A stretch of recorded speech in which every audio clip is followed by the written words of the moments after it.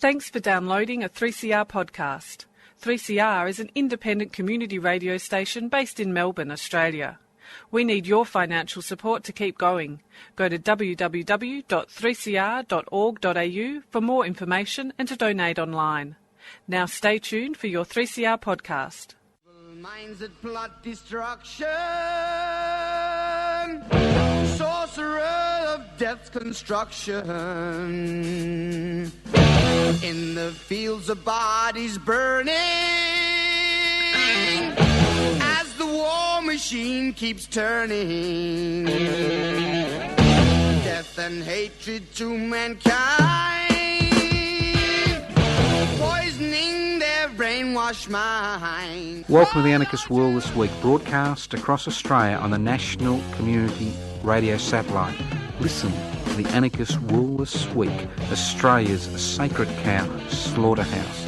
Listen to analysis of local, national, international events. Listen to analysis you'll never hear anywhere else.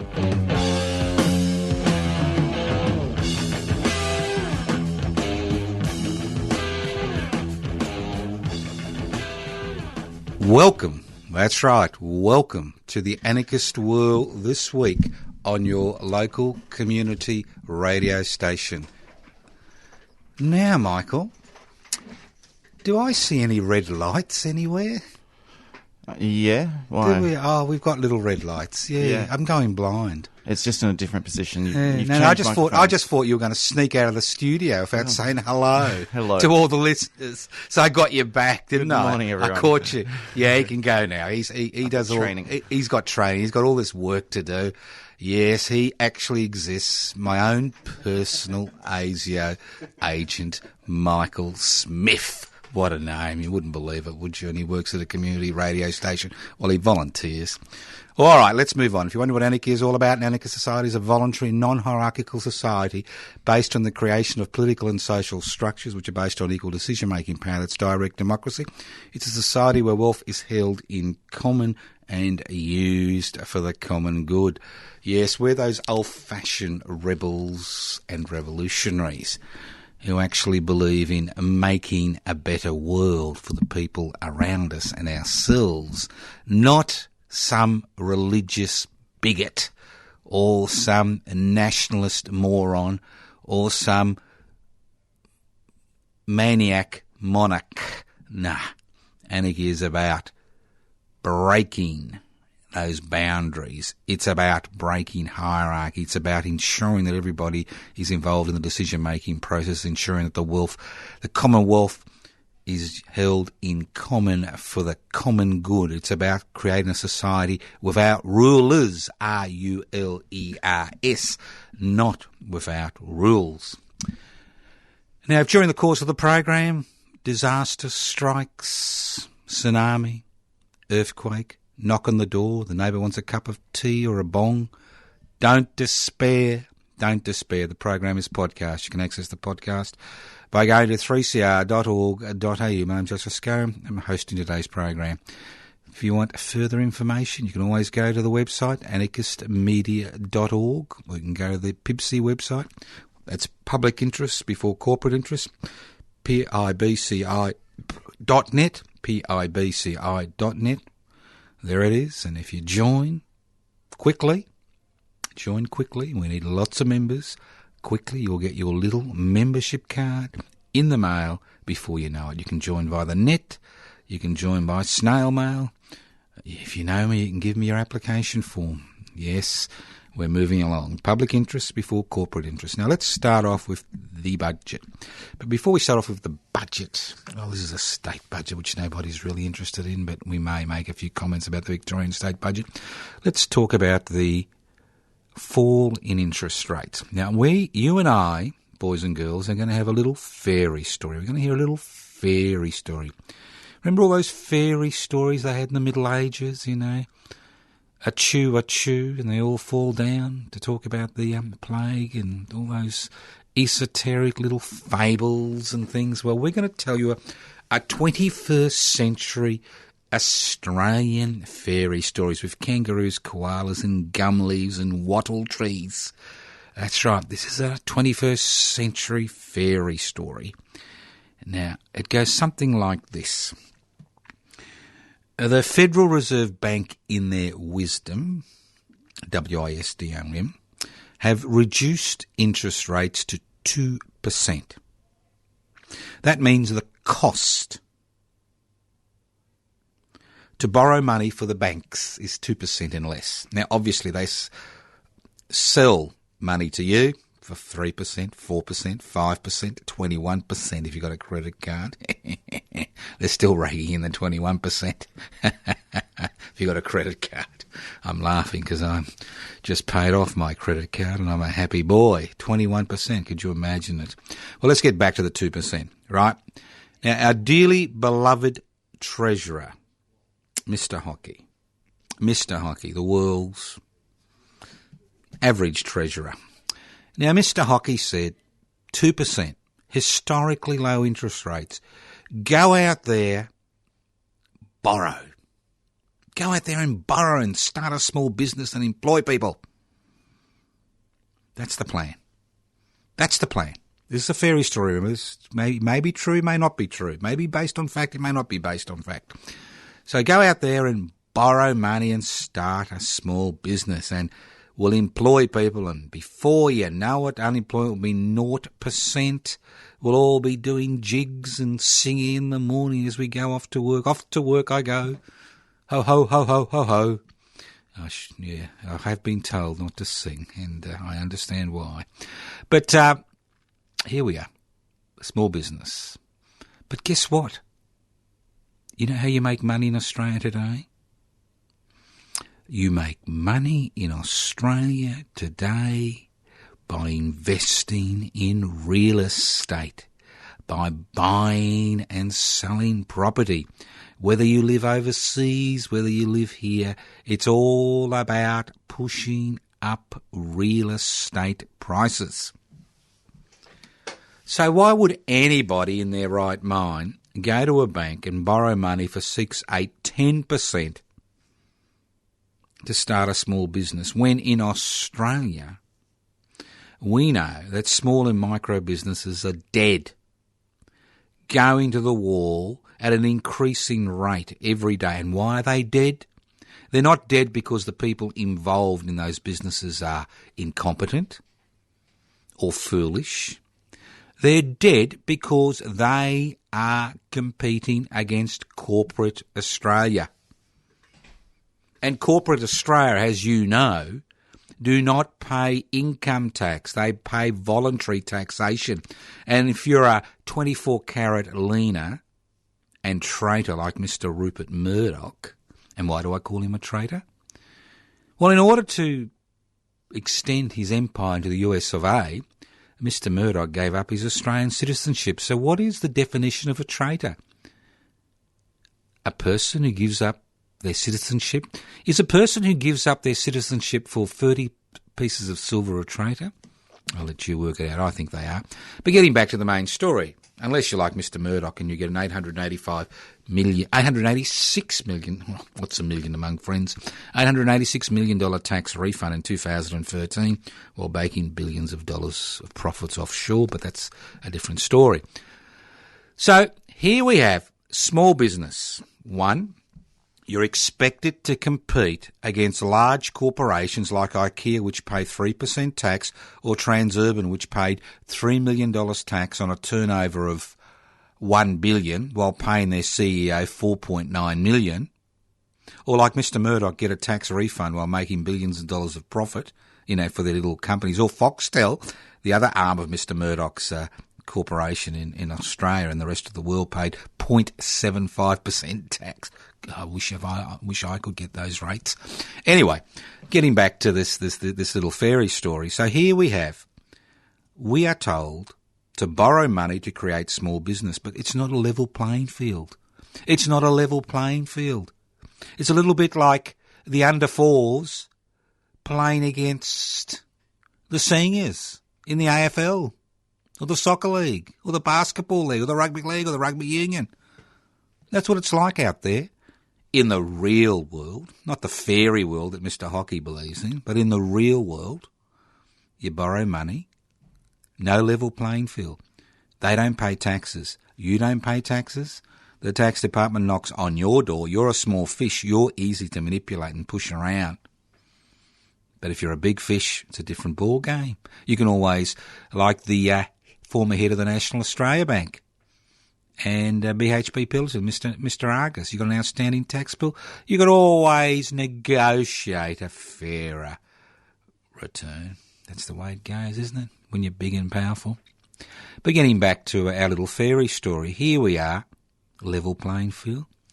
Most of the major fields of endeavour in this country are now dominated by large corporations whose major responsibility is to their major shareholders to create ever-increasing profits irrespective of the human, social and environmental costs.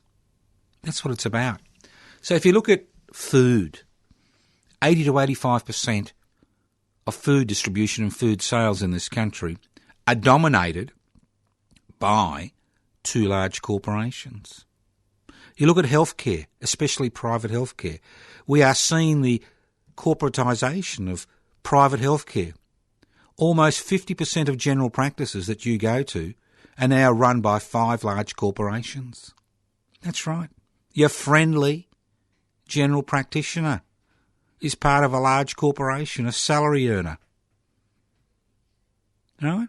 And the list goes on and on. Look at the petroleum industry, the petroleum outlet, 3 or 4 large corporations. Even look at hardware stores. Where is there an independent hardware store? Don't exist. 2 corporations dominated the hardware industry in this country in the last 20 to 30 years. And the list goes on and on. You name a field of human endeavour, you will see unaccountable corporations dominating that field of human endeavour, paying voluntary taxation, putting downward pressure, you like that word, downward pressure on their suppliers to provide cheap goods so they can make maximum profit. And people wonder why people are not willing to borrow to go into a small business.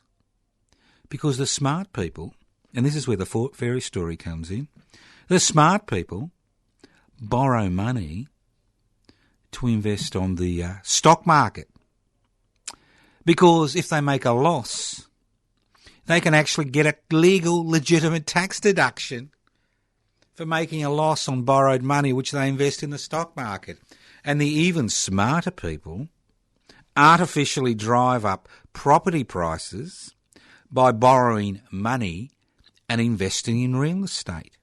Because in this country, you get a tax deduction for owning a second home, and a third home, and a fourth, and a fifth, and a sixth, and a seventh, and an eighth, and a 10th. And as property prices are artificially elevated, it becomes difficult to rent, almost impossible to rent for people, the 33% of the people in this country on social security benefits. That's right, social security benefits. And an increasing number of Australians on limited wages, less than $1,000 a week, who are involved in a number of part-time jobs. So that's the fairy story. Isn't it wonderful? You can borrow money, you drop the interest rate, you borrow money to invest in real estate. That's if you've got the capital, obviously. The banks are not going to give scum like you money. All right? You don't have the capital, do you? A little bit of capital, get into the real estate market, make a killing, get out. Any losses, capital, any losses you've got, tax deduction.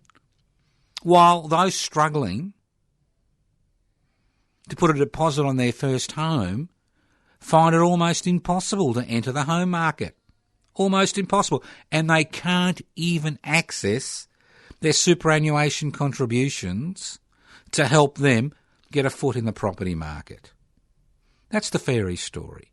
That's the type of society we've become, where those with the greatest needs shunted aside, ignored, forgotten, dispensable, marginalised, while those with the greatest wealth become the new celebrities, the new heroes, the new heroines, the new philanthropists. That's the fairy story. That's the Australia living today. Listen to the Anarchist World this week, broadcast across Australia on the Community Radio Network. This program is streaming live on 3cr.org.au. The program is podcast. You can access it by going to 3cr.org.au. I'd like to make a few comments of the Victorian state budget because it is interesting.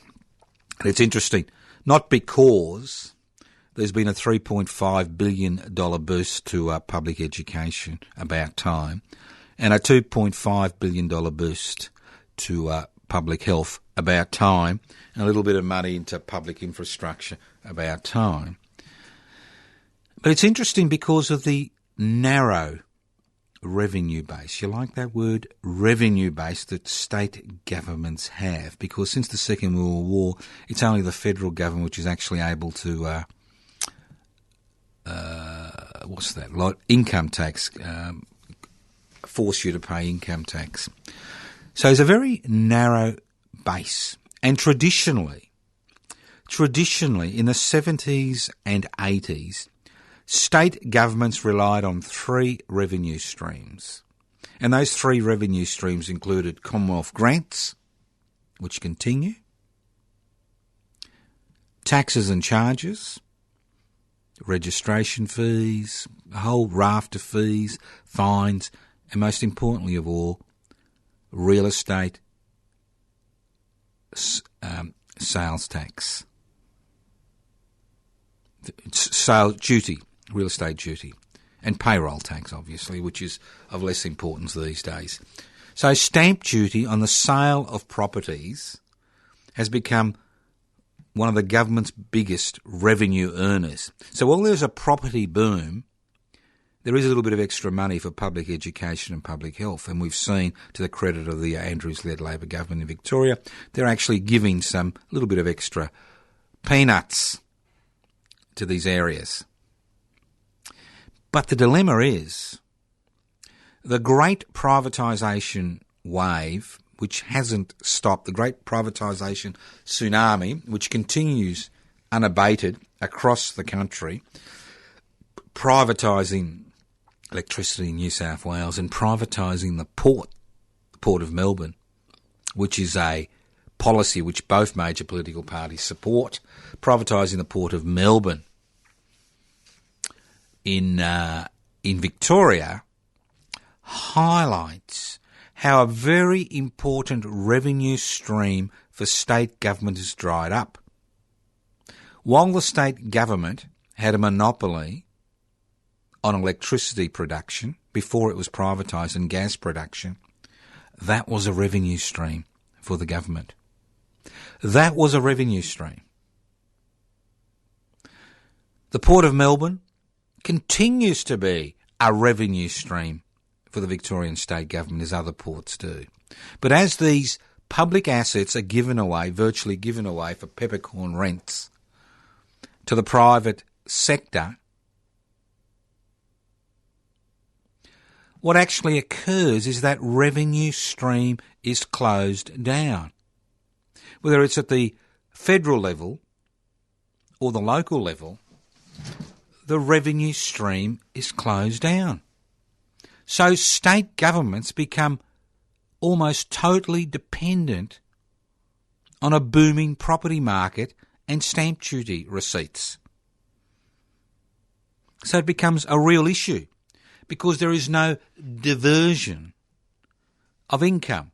There is nothing in the Victorian state government apart from a minuscule tax on overseas buyers of real estate, which will pull in about $300 to $400 million over the next 3 to 4 years, that has actually expanded the revenue stream. That's the dilemma. The revenue stream is so narrow in this country at state, local government and federal government level because of the privatisation of public assets and because of taxation laws which allow corporations to pay peppercorn taxes legally in this country that the burden to raise revenue to pay for essential infrastructure, whether it's public education or public health or public infrastructure, is almost totally dependent on pay-as-you-earn taxpayers whose income has not increased over the past decade because of downward pressure on wages. In other words, the deunionisation and the fragmentisation of the workforce into people involved in part-time temporary work, not involved in full-time work. So here we have a huge issue in this country. And the issue is about revenue. It's about generating revenue. It's not just about, doing a services budget. It's about widening, diversifying the income stream for the population as a whole. So it's become a huge issue in this country, because there is no political will. There is no public push.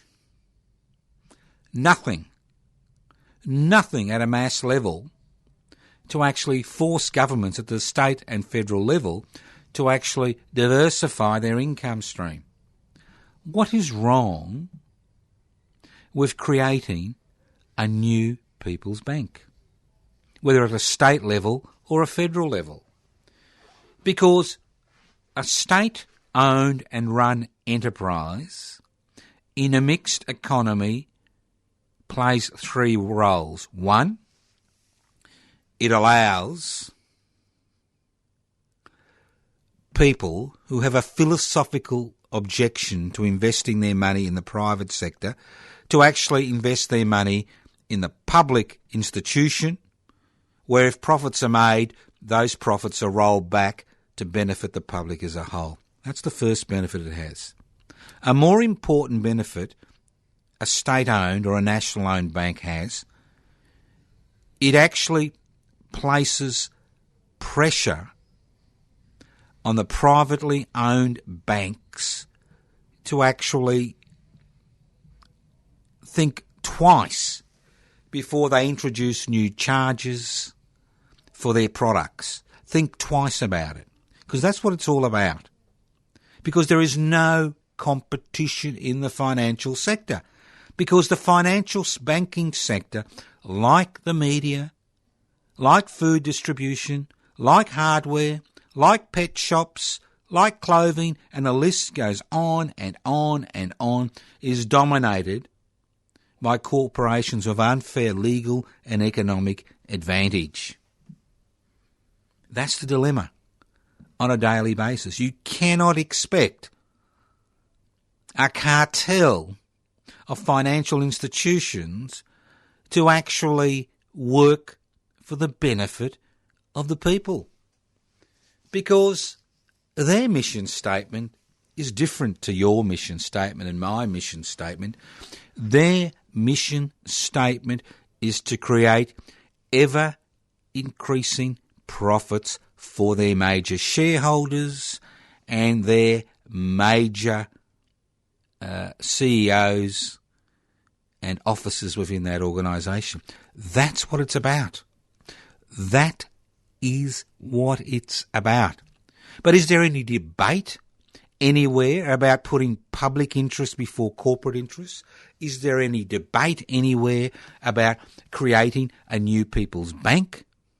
Is there any debate anywhere about creating new public institutions, new public services providers which can generate a profit which then can be used for the good of everybody, not just unaccountable, major shareholders of privately run and privately owned corporations whose major responsibility, as I keep saying, is to their major shareholders, who'll do anything like divert billions of dollars of profits offshore in order not to pull their weight, I mean, these people have no responsibility, none whatsoever.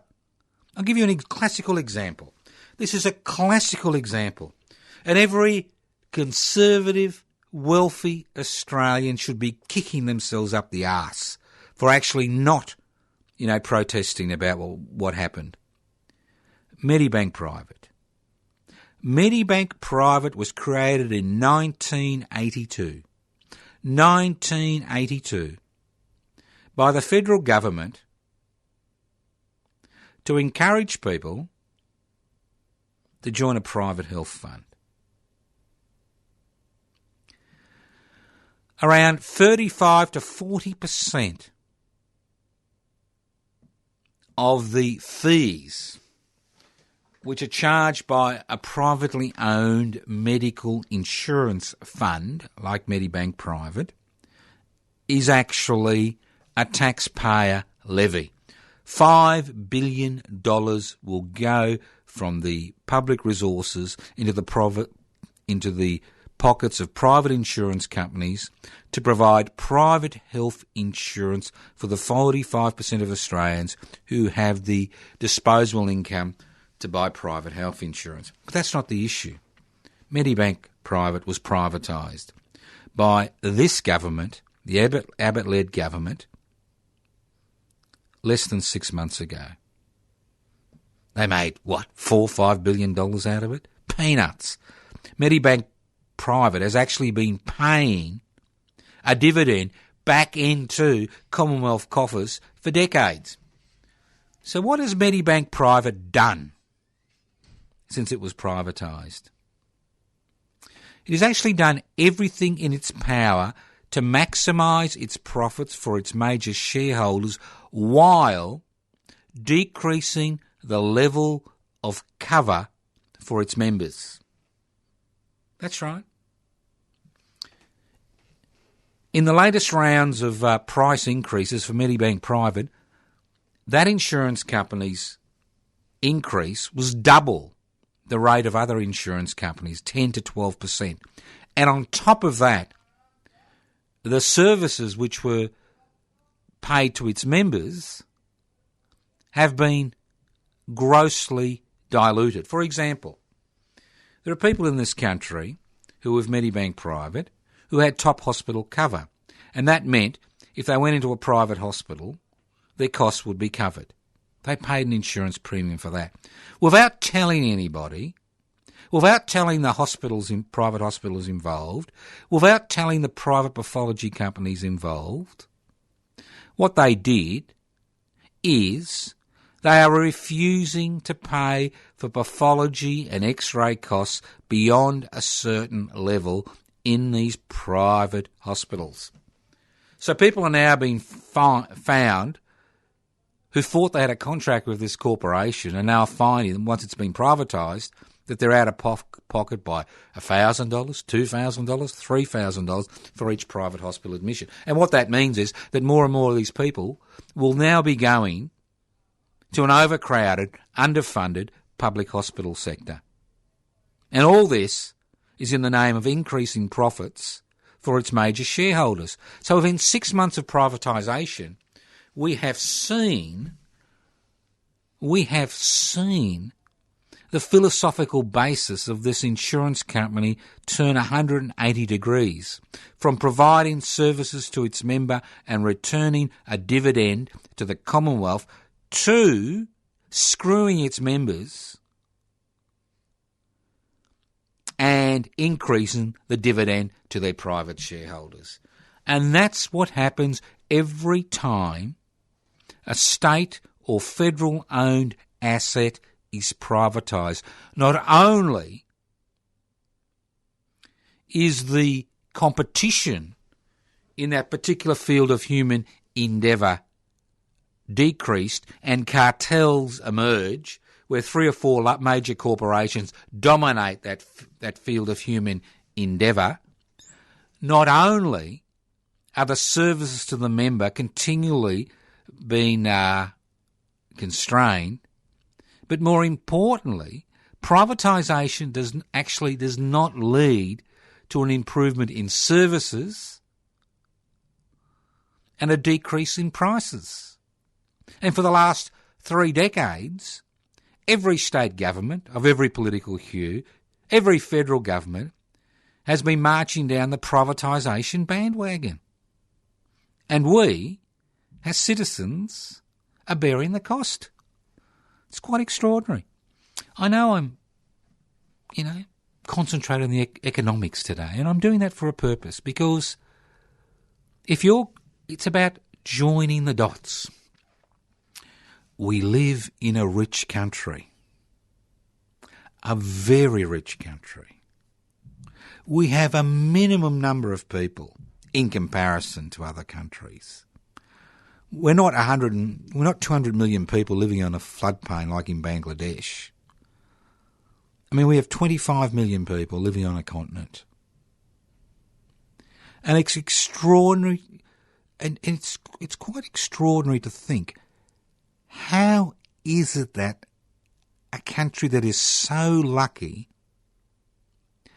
that has marginalised and ostracised the original inhabitants and stole all their resources, how can this country not provide for the basic needs of all its citizens and residents?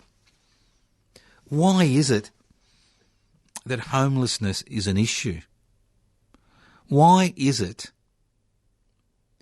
that poverty is an issue? Why is it that access to basic medical care is an issue? Why is it that access to basic schooling is an issue? Why is it that everything is user paid? And you can have a wonderful life in the land of Oz if you've got the disposable income by owning 3, 4, 5 or 6 extra homes, or getting a CEO's salary, or enjoying the largesse of a taxation system which is designed to screw pay-as-you-earn taxpayers and reward the corporate Australia. Why have we come to this situation? Why do we find ourselves in 2015, in May 2015, in this totally untenable situation? That's the question we should be asking ourselves, not what if. And it's very simple. Because over the last 3 to 4 decades, most Australians have believed the propaganda. And in 2015, most Australians continue to believe the propaganda that if the corporate sector creates jobs, it'll be okay, irrespective of whether they pay taxes or not. And most Australians continue to believe that the 33% of Australians who rely on social security benefits are somehow bludgers. Constantly, there is this barrage of 24-hour, 7 days a week, 52 weeks a year of propaganda, masquerading as comments and news on the airwaves, on the net, in newspapers, you name it, new media, old media, social media, personal conversations, barbecue stoppers, you name it. Constantly. This change in cultural attitude. There has been a change in culture. We have a significant portion of Australians, about 20%. I don't believe in the 1%, 99% equation. That's a lot of crap. I mean, there is 1% that are super rich, but there is 20% that are doing very well. Out of all these little tax loopholes and little lurks and perks which you can enjoy in this country to maximise your wealth without providing a return to the community as a whole. Tons of little lurks and perks. 1 million Australians own more than one home. 5 million don't own anything. And the list goes on and on.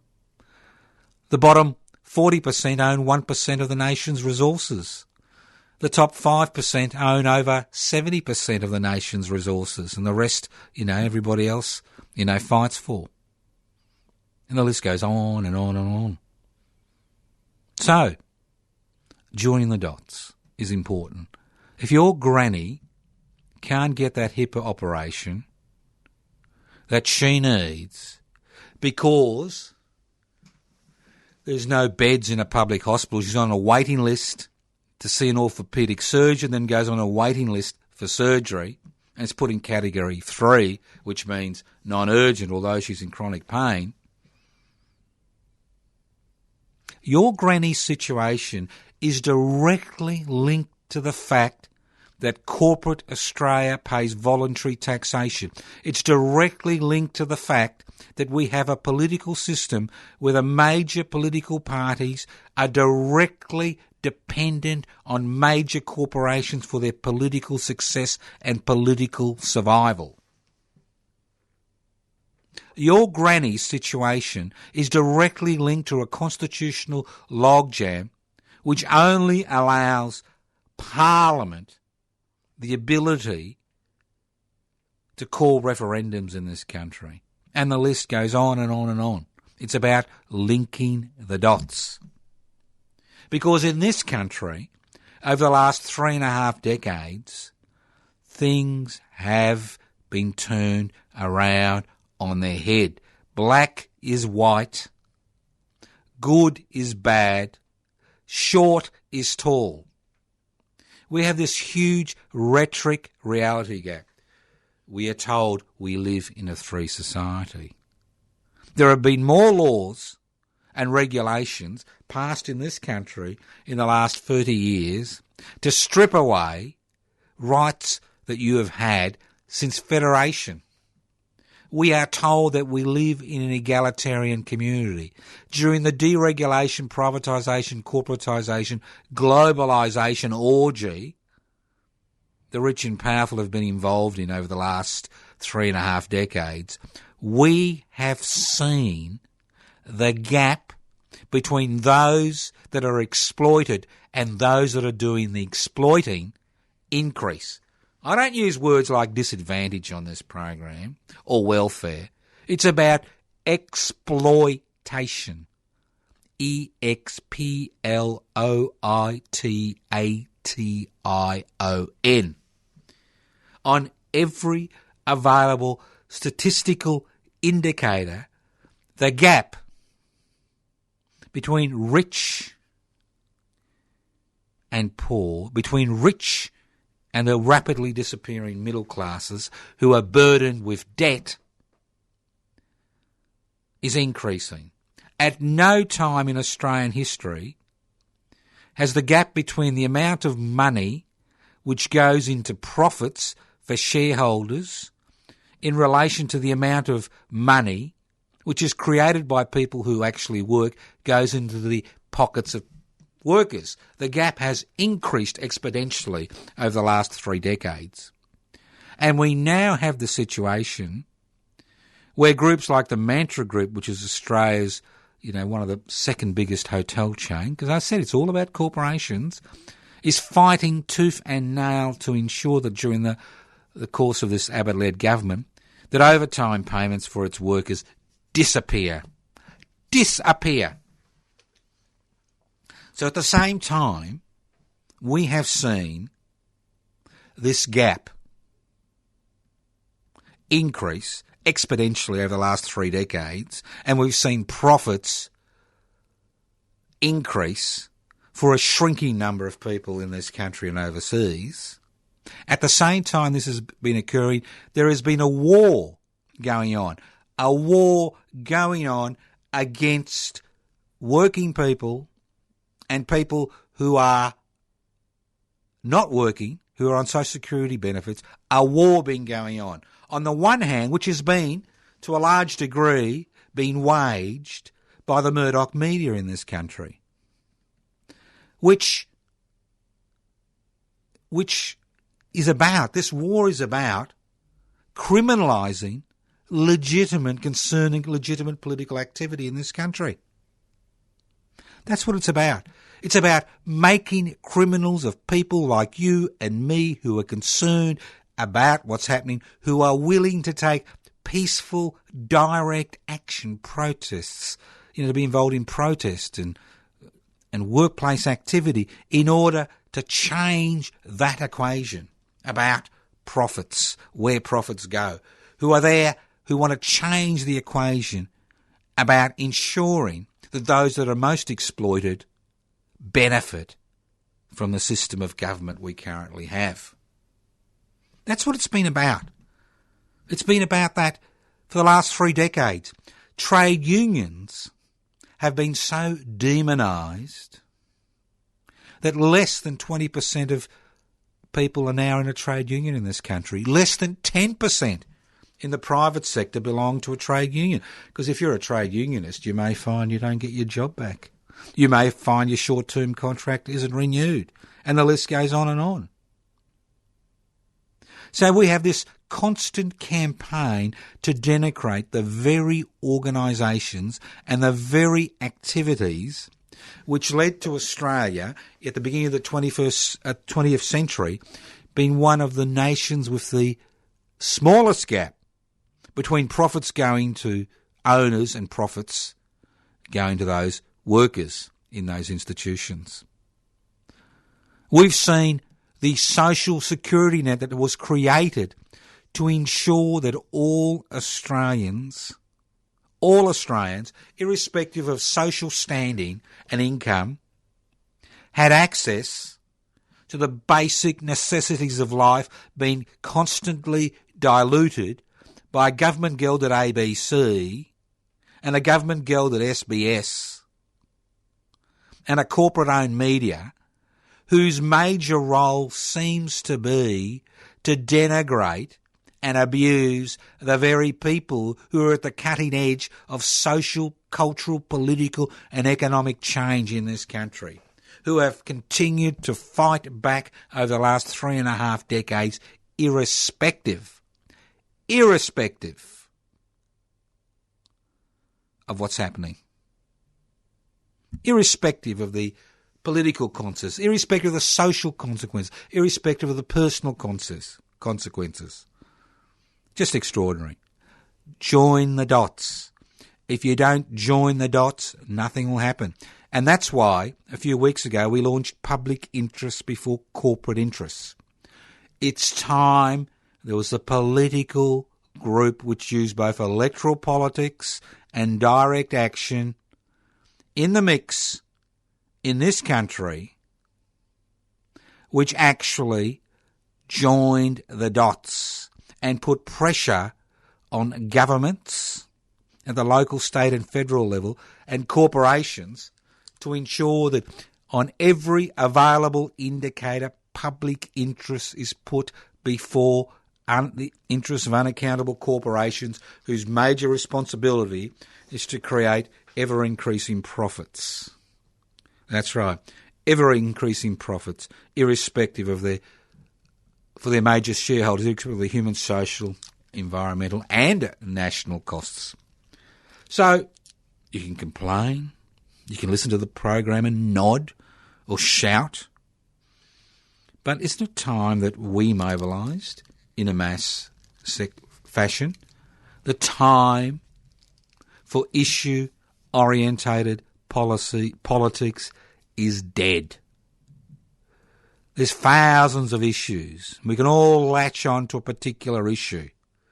But isn't it time there was some type of organisation which was not marred in the ideological, debates of the past, an organisation which was independent, which actually brought this debate to the streets and to the ballot boxes of this society? Isn't it time we have an organisation which is not dependent on corporate handouts, which is controlled by the people who are its members, that acted as the frontline soldiers in this never-ending war against those that own the means of production, distribution, exchange and communication? Because you look around you, it's all about issues. It's all about divide and rule. I mean, you may have a particular religious belief. You may have no religious beliefs. You may belong to a particular cultural group. You may speak a particular language. You may, have a particular sexual orientation. You may be a particular gender. But we all have the same oppressors.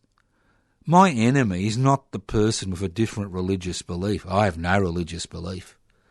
I don't care. I really don't. That's not my enemy. My enemy isn't the Muslim or the Christian or the Hindu, or the Buddhist. That's not my enemy. These are people expressing various opinions. And that's all they are, as far as I'm concerned, opinions. My enemy isn't the person who wants gender equality, who wants marriage equality. My enemy isn't the person with a different sexual orientation or a different racial origin or a different colour. We're all in the same boat. It's a little bit like, you're in a rowboat, in a galley. Let's say we're in a slave galley. There are those who are chained to the oars, rowing, rowing, rowing. There are those sitting on the bridge giving the orders, and there are those behind the orders eating the grapes and enjoying the good life as you row the boat. So they don't care what your sexual orientation is. They don't care what your religion is. They don't care what your culture is. All they care about is if they can screw you and make a buck out of you. That's what they care about. Capitalism, corporate capitalism, is colourblind to some degree. It's gender blind to some degree. Some degree. They don't care, as long as they can make a buck out of you. So isn't it time that we got together? Isn't it time that people across this country, that the public interests are put before corporate interests? I mean, public interests before corporate interests aims to ensure the interests of the Australian public are put before the interests of unaccountable corporations whose major responsibility is to create ever-increasing profits, as I keep saying, for their major shareholders, irrespective of the human, social, environmental and national costs. It's that simple. For example, public health. Whose interest? Put the public interest first. Public interest. Any particular issue, whether it's land rights for Indigenous people, whether it's about creating a treaty, whether it's about gender equality, whether it's about refugees. What is the public interest? It's important the public interest is always put before corporate interests and sectional interests. Now, membership of public interest before corporate interest, PIBCI, is open to people of all religious beliefs and those who have no religious beliefs. We welcome people of all races, nationalities, genders and sexual orientation. We believe all human beings are born with inalienable rights and liberties. No government can legislate away or corporations take away. It's that simple. Very simple. Exceptionally simple. So it's time we stopped fighting amongst ourselves.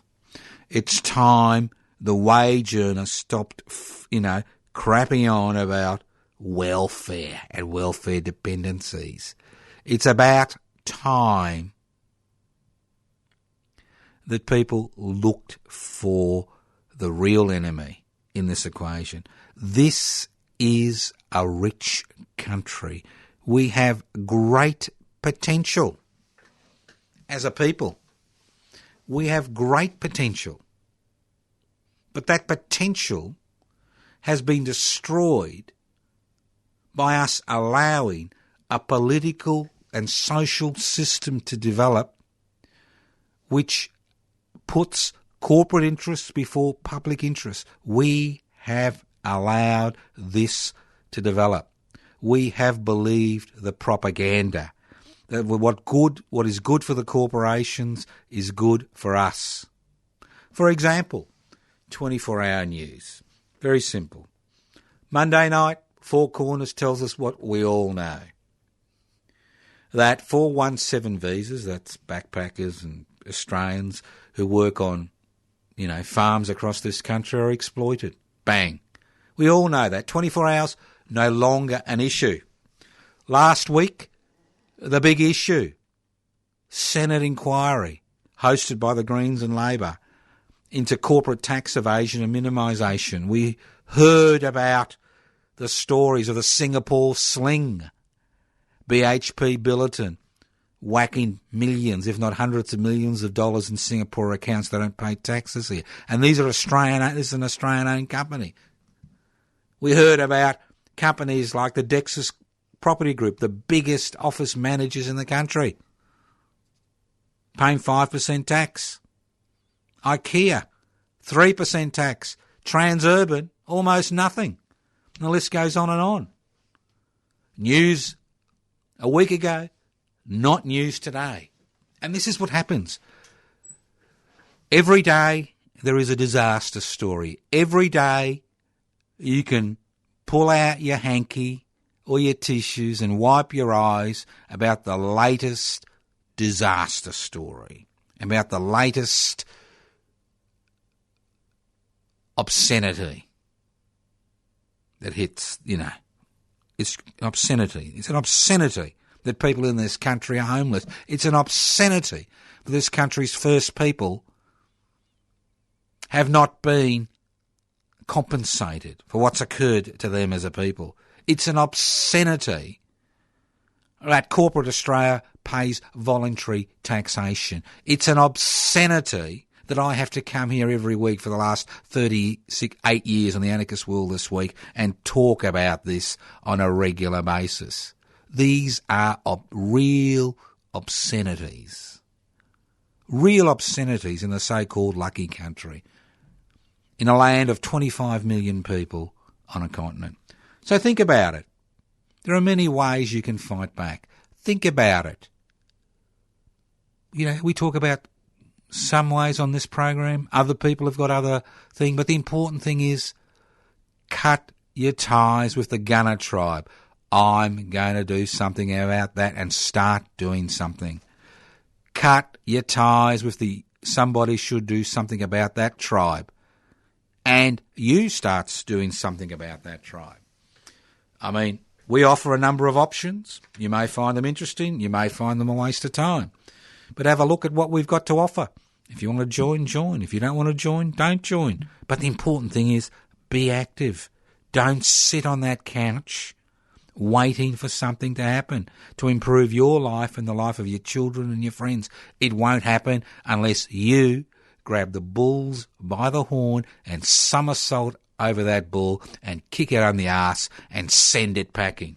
You've been listening to the Anarchist World This Week, broadcast on the Community Radio Network. This program has been streaming live on 3cr.org.au. The program is podcast. You can access the podcast by going to 3cr.org.au.